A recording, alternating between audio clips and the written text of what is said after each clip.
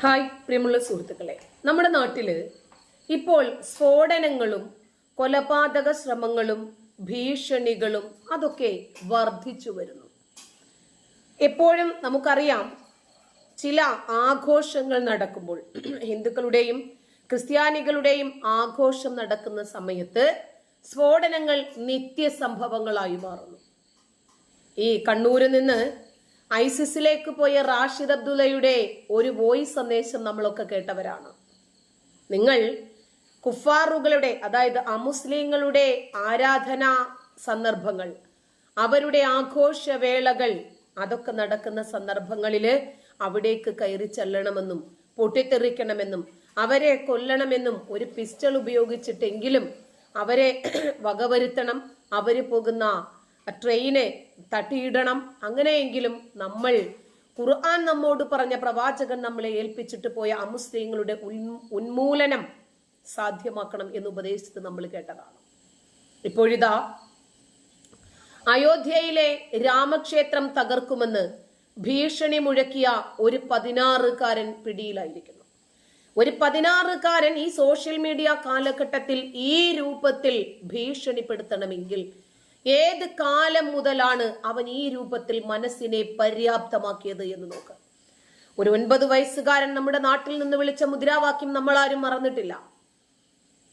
എവിടെ നിന്നാണ് ഇവർക്ക് ഈ രൂപത്തിൽ തീവ്രമായി ചിന്തിക്കാനുള്ള പ്രചോദനം ലഭിക്കുന്നത്? പഥേർവ പോലീസ് സ്റ്റേഷൻ പരിധിയിലെ ബാലുവ തക്കിയ ഗ്രാമത്തിൽ നിന്നുള്ള 16-കാരനാണ് രാമക്ഷേത്രം ബോംബ് ഉപയോഗിച്ച് തകർക്കുമെന്ന് ഭീഷണി മുഴക്കിയത്. സോഷ്യൽ മീഡിയയിൽ ഈ വിവരം പോസ്റ്റ് ചെയ്യുക മാത്രമല്ല, പോലീസ് കൺട്രോൾ റൂമിൽ വിളിച്ചും ബോംബ് ഭീഷണി മുഴക്കി.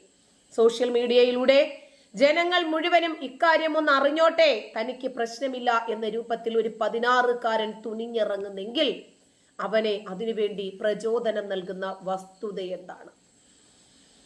പോലീസ് സ്റ്റേഷന്റെ കൺട്രോൾ റൂമിലും വിളിച്ച്, കന്റോൺ സ്റ്റേഷനിലും വിളിച്ച് ഇതുപോലെ തന്നെ പറയുന്നു. സ്വാഭാവികമായും കന്റോൺമെന്റ് സ്റ്റേഷൻ വെറുതെ ഇരിക്കുവോ? ഈ സോഷ്യൽ മീഡിയ കാലഘട്ടത്തിൽ ആരാണ്, എവിടെ നിന്നാണ്, എന്താണ്, എല്ലാം കണ്ടുപിടിക്കാൻ പറ്റിയ എല്ലാ സിസ്റ്റങ്ങളും ഇന്നുണ്ട്. അതുകൊണ്ട് തന്നെ പോലീസ് കൺട്രോൾ മിണ്ടാതിരുന്നില്ല. 5 മണിക്കൂർ മാത്രം കഷ്ടപ്പെട്ടു. സൈബർ സെല്ലിന്റെ സഹായത്തോടെ ഭീഷണി മുഴക്കിയ 16-കാരനെ പോലീസ് കണ്ടെത്തി. 3 സ്റ്റേഷനുകളിൽ നിന്നുള്ള സംഘം പയ്യന്റെ വീട് വളഞ്ഞു. ഇത് കാരണം ഭീഷണിപ്പെടുത്തിയ കൗമാരക്കാരനെയും മുത്തശ്ശിയെയും പോലീസ് കസ്റ്റഡിയിലെടുത്തു. കുട്ടിയെ ചോദ്യം ചെയ്തു വരുന്നു. 16 വയസ്സുകാരൻ ഈ രൂപത്തിലുള്ള ഒരു പള്ളിക്ക്, ഒരു മുസ്ലിം പള്ളിക്ക് ബോംബ് വയ്ക്കുമെന്ന് എന്തുകൊണ്ടാണ് പറയാത്തത്? യൂട്യൂബില് രാമക്ഷേത്രം കണ്ടു, അതോടെ കാഫിറുകളുടെ ആരാധനാലയമാണല്ലോ, അത്തരം ഒരു ചിന്ത പയ്യന്റെ മനസ്സിൽ വന്നത്രേ. അങ്ങനെയാണ് പയ്യൻ ഭീഷണി മുഴക്കിയത് എന്നാണ് ഇപ്പോൾ പോലീസ് പറയുന്നത്. നമ്മുടെ നാട്ടിൽ ഇത് ഒറ്റപ്പെട്ട സംഭവമൊന്നുമല്ല. ഇവിടെ തലപ്പുഴ കമ്പമലയ്ക്ക് സമീപം, അതായത് വയനാട് മക്കിമലയിൽ കൊടക്കാട് ഊരിനടുത്താണ് ഒരു കുഴിബോംബ് സ്ഥാപിച്ചത് നമ്മൾ മനസ്സിലാക്കിയത്.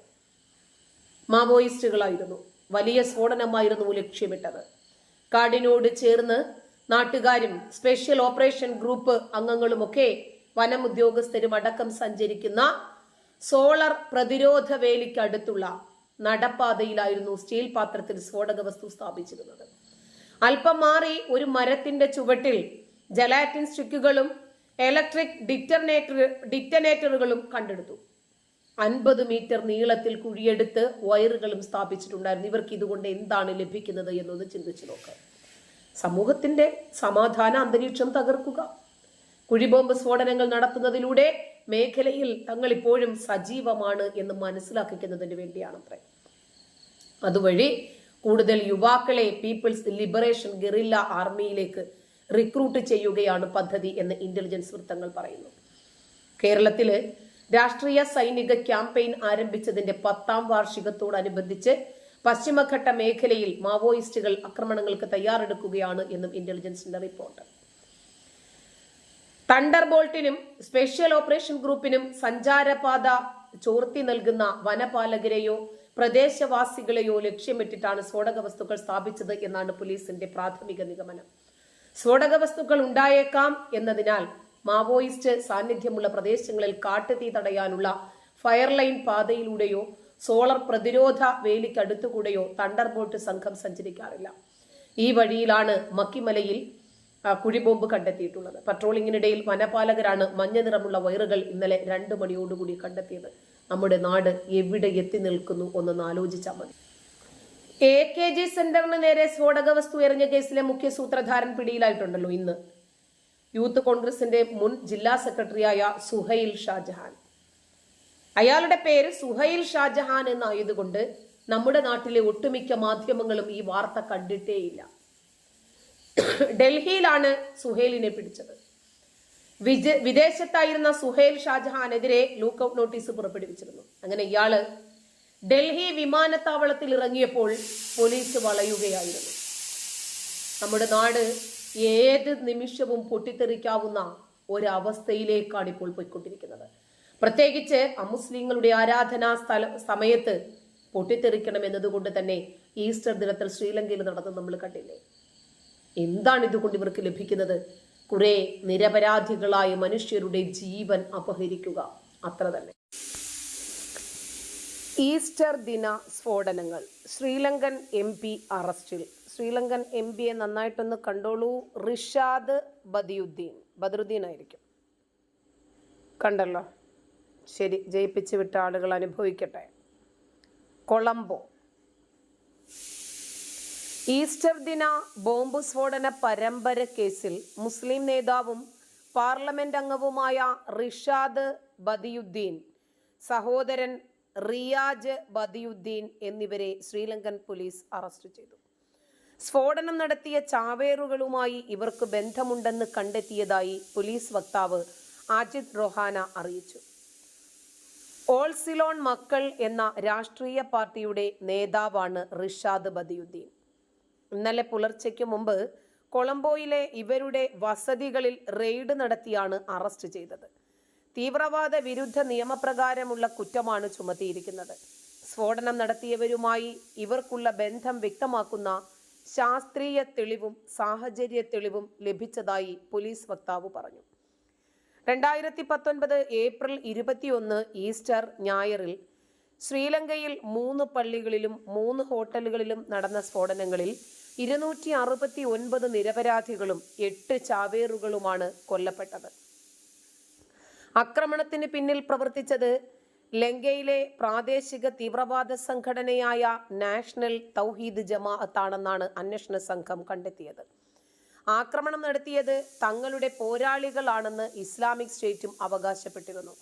ആക്രമണത്തിന്റെ 2ാം വാർഷിക ദിനമായ ബുധനാഴ്ച നടന്ന അനുസ്മരണ പരിപാടിയിൽ അന്വേഷണത്തിനുള്ള അതൃപ്തി കൊളംബോ ആർച്ച് ബിഷപ്പ് കർദിനാൾ മാൽക്കം രഞ്ജിത്ത് പ്രകടിപ്പിച്ചിരുന്നു. ഇന്ന് ഒരുമനയൂർ മുത്തന്മാവ് ഇല്ലത്തെ, അതായത് ചാവക്കാട് തൃശ്ശൂരാണ്, അവിടെ മുത്തന്മാവ് ഇല്ലത്ത് ഒരു പള്ളിയുണ്ട്. ആ പള്ളിക്ക് മുൻവശത്തെ റോഡില് സ്ഫോടനം നടത്തിയ സംഭവത്തില് ഒരു പ്രതി ഇന്ന് പിടിക്കപ്പെട്ടിട്ടുണ്ട്. കാളത്തോട് സ്വദേശിയായ ചേക്കുവീട്ടിൽ അബ്ദുൽ ഷെഫീഖ് മസ്താൻ എന്ന അപരനാമത്തിലാണ് അറിയപ്പെടുന്നത്. 32കാരനാണ്. സ്ഫോടക വസ്തുക്കൾ ഉണ്ടാക്കാൻ പഠിച്ചത് വിയ്യൂർ സെൻട്രൽ ജയിലിലെ സഹതടവുകാരിൽ നിന്നാണെന്നാണ് മൊഴി. പിന്നീട് ഇത് സ്വന്തമായി ഉണ്ടാക്കി പരീക്ഷിച്ചു. അതിനെ തുടർന്ന് മുമ്പും മണ്ണുത്തി പോലീസ് സ്റ്റേഷനിൽ ഇയാൾക്കെതിരെ കേസുണ്ടായിരുന്നു. ഒല്ലൂർ, തൃശൂർ ഈസ്റ്റ്, നെടുപുഴ സ്റ്റേഷനുകളിലും ഇയാൾക്കെതിരെ കേസുണ്ട്. വധശ്രമം, വീടിന് നേരെ സ്ഫോടക വസ്തു എറിഞ്ഞ ഭീകര അന്തരീക്ഷം സൃഷ്ടിക്കൽ, സ്ഫോടക വസ്തു നിർമ്മാണം, മോഷണം, ആക്രമണം തുടങ്ങിയ 15-നടുത്ത് കേസുകളാണ് ഇയാളുടെ പേരിലുള്ളത്. 2009 മുതൽ വിവിധ കേസുകളിൽ ഇയാൾ പ്രതിയാണ്. ഒരുമനയൂർ സ്ഫോടനം നടത്തിയ കേസിൽ ഷെഫീഖിനെ റിമാൻഡ് ചെയ്തിട്ടുണ്ട്. ഒരു തവണ തന്നെ കേസിലകപ്പെടുമ്പോൾ ജാമ്യത്തിലിറങ്ങി സമാനമായ കേസുകളിൽ വീണ്ടും വീണ്ടും വീണ്ടും അകപ്പെടുന്നത് ഇത് ഇത്രയേ ഉള്ളൂ എന്നിവര് ബോധ്യപ്പെട്ടത് കൊണ്ടാണ്. നമ്മുടെ നാട്ടിലെ ശിക്ഷയല്ലേ, പഴുതുകളുണ്ട്, നമുക്ക് ഇറങ്ങി വരാം, പണം മതി, ജാമ്യം എടുക്കാൻ ആളും മതി.